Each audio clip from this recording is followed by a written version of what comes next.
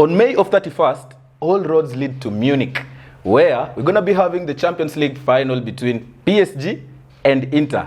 And not Arsenal. Why are you bringing Arsenal in this conversation anyway? I just remembered that. Are you emotional? Declan Rice scored a freak the other day, and we thought that they'd be It has nothing to do with this final, bro. Arsenal were already knocked out, and here we have PSG or Inter Milan. One of these two teams is going to be walking away with the Champions League. And these are two of the most exciting teams in Europe. And in this video, we are going to discuss who is most likely to win. So welcome to the preview. My name is Brian. My name is Zeno. And let's do this. Now, speaking of this final as far as it's concerned, we want to look at where these two teams have come from ever since the Champions League began until now. And entirely, I'll be speaking for PSG because it is a team that has excited me. You mentioned Arsenal. Of course, they knocked Arsenal in the semi-finals. But it's been a long way for them because when you look at the group stages, they were almost not qualifying for the knockouts. And they managed to qualify after beating Manchester City, which was a very good result for the whole world. Everyone was happy. And it was just good to see PSG making progression. And I think the turning point in January when they signed Kvaratskhelia to add them to the squad, and things changed a bit in terms of the attacking. So after the group stages, their road to Munich has been not very smooth, but they managed to do it. In the playoffs, they managed to beat, is it Brest? One of your favorite teams, actually. Yeah. Nice Brest. Yeah. Beat them an aggregate of 7-0, which was amazing to see. And then they progressed all the way to the round of 16. They managed to draw Liverpool, a very tough match. And they managed to defeat Liverpool, especially at Anfield, through penalties. Qualified to the quarterfinals, met Aston Villa, Unai Emery's team, and they managed again to beat Aston Villa by a margin of 1 goal, I think. Yeah. Aston Villa managed to win the second leg, but they managed to beat Aston Villa. And into the semi-finals, a game which was very intensive, they met Arsenal and beat Arsenal home and away. What a run for PSG. I mean, it's quite incredible. For Inter, actually, when they began the competition, I think they finished top. Yeah, around the top. Top 4. Yeah, they were among the favorites in the league phase. And they went to the last 16. Inter Milan, after an exciting league phase, they went straight to the 8th finals, whereby they faced a formidable Feyenoord team and knocked them out by an aggregate goals of 4-1. They went to the quarterfinals, and after a staggering match with companies Bayern Munich, they won 4-3 on aggregate against all odds. I think at this point we were all hell-bent on seeing Bayern going through, but Inter Milan, with their 3-5-2 structure, best defensive structure, they knocked out Bayern Munich. Went to the semi-finals, faced an exciting Barcelona team, and after an exciting two-legged phase, they managed to proceed, which it was more or less like a toss of the coin, whereby we saw either team proceeding, but at Inter Milan, against all odds, went through. And now they'll be facing PSG in the final.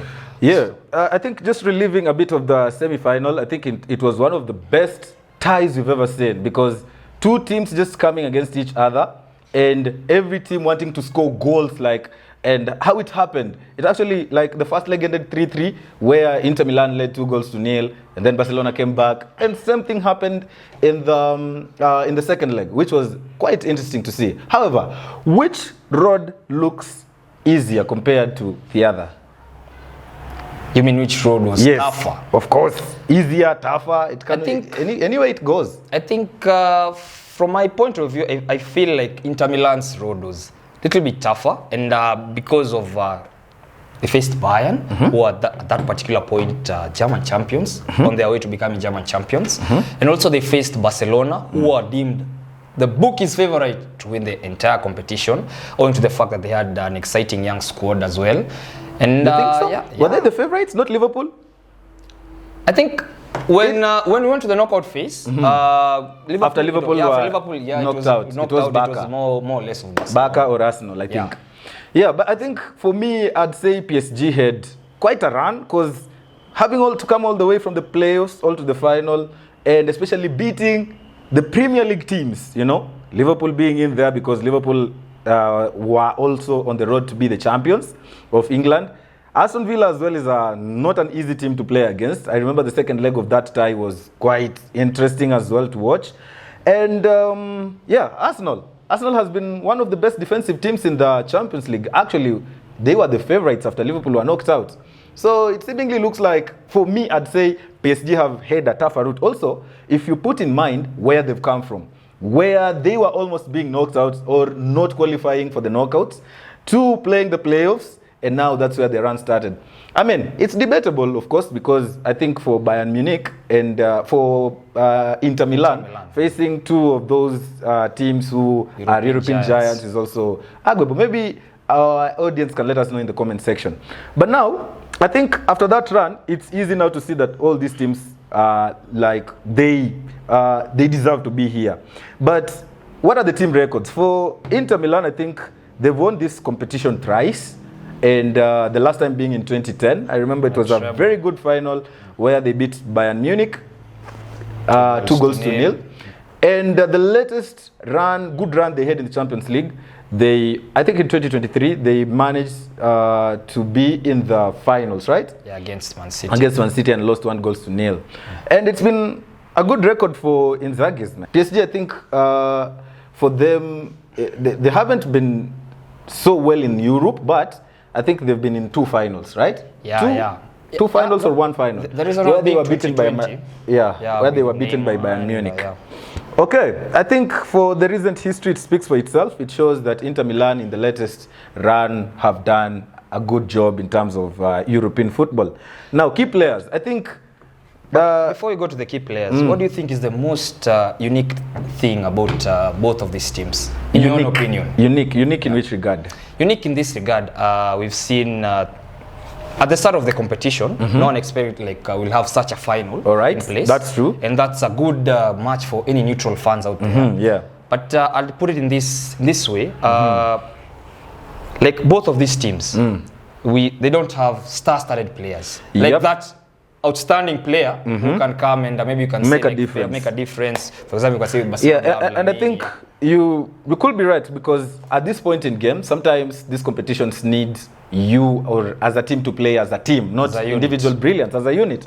And that's what Inter Milan did all the way through in the knockout phase, because if you asked me, there's no day where they just relied on a certain kind of player to maybe pull magics. It happened, but not a player you would expect. For example, in the semi-final against Barcelona, Dumfries all of a sudden just became a monster. He became Cafu back then in the days. And then he just made sure Barcelona are out of the cup. And for PSG, it's the same thing. Dembele has been key to PSG, but still, all the other guys in the team have been making sure that PSG progresses to the next level. Especially, let's speak of Donnarumma, let's speak of their midfield trio. Who knows how to press. So it's an interesting game because no one expected all these teams to be here. And but they're 2 of the most experienced managers at the moment, if you ask me. So it will be very interesting to see. And maybe speaking of that, let's now see on paper who has quality players that could make this difference. You know, now if these 2 teams are playing as a team, now who can make a difference? And I said I'll speak much for PSG. I think we have 3 or so quality players who can make a difference in this game. I'll start with the keeper himself, Donnarumma. Donnarumma is quite a great keeper. He's been one of the best in this competition. He made very good saves against Arsenal, and it was good to see. Aside from him, we have at the right back, we have Hakimi. Hakimi is quite an exciting player. He also grabbed a goal against Arsenal in the semi-finals, and his overall performance in the Champions League is always above average. He can make a difference. And then when you come into the midfield, I think the engine of those the 3 players makes a difference for them. And it's just good to see. But I'll not forget to mention the potential Ballon d'Or winner, Ousmane Dembele. He's also been key up front. And Kvaratskhelia has been a good addition. So I think those, if you ask me, are the players that I think could make a difference for PSG. And if they turn up that day, maybe, who knows? For Inter Milan? I think for Inter, it speaks for itself. As you said, the goalkeeper is the most important position, especially in a final. And we'll see Jan Sommer he had an exciting clash with Barcelona. I believe he won the man of the match in the second leg. And also we have Dumfries, as you had highlighted earlier. But I believe it will be, I'm not quite sure. I don't think Dumfries will have the freedom to roam up front the way he did against Barcelona. I think owing to the fact that Nuno Mendes is well acquainted with his pace as well. I actually did not mention Nuno Mendes. Yeah, so it will be a key tactical battle. I'm more curious to see how Inzaghi will revolve around there.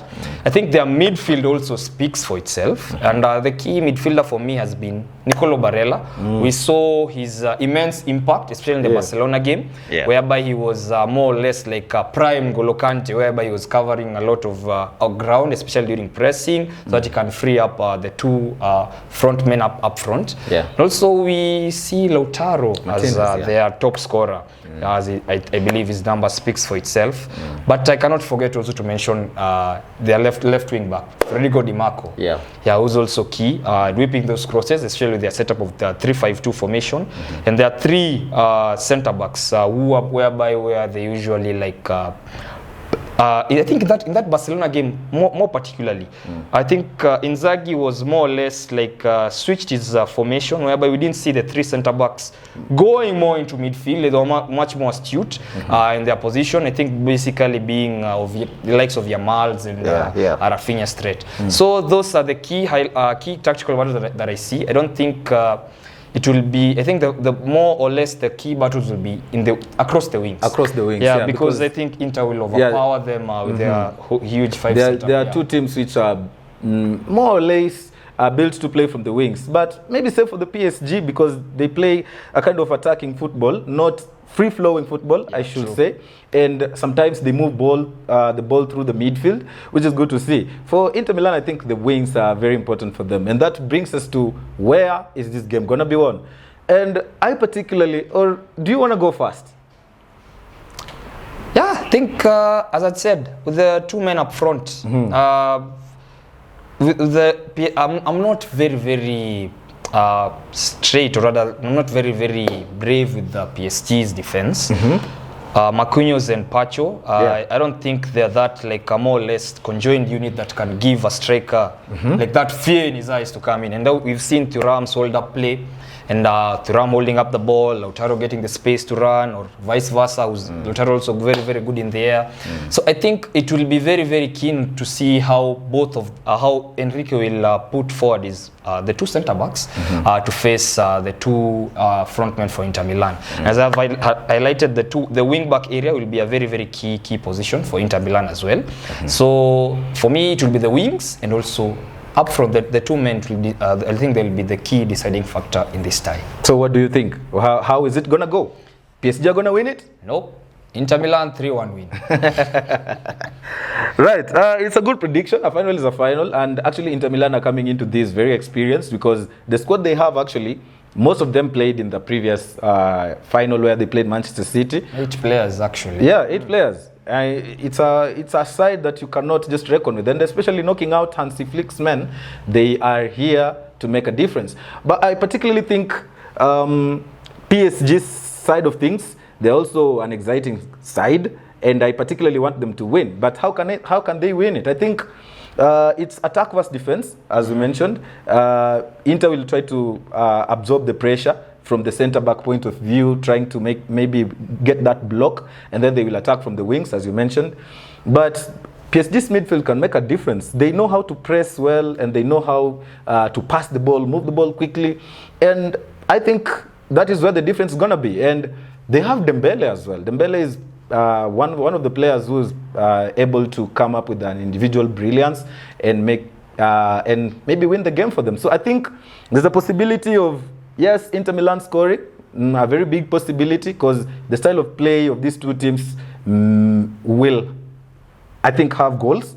And for PSG, I think they're gonna score more. And I think PSG might win these 2-1. So maybe you're watching this and you're wondering how I have 2-1 Inter Milan, how he has 3-1. 3-1. I have 2-1, PSG has 3-1 Inter Milan. Let us know in the comment section. And hit that like button if you like this content, because that also helps us in this show. So that is the end of our preview. And my name is Brian. My name is Enoch. And see you after the final.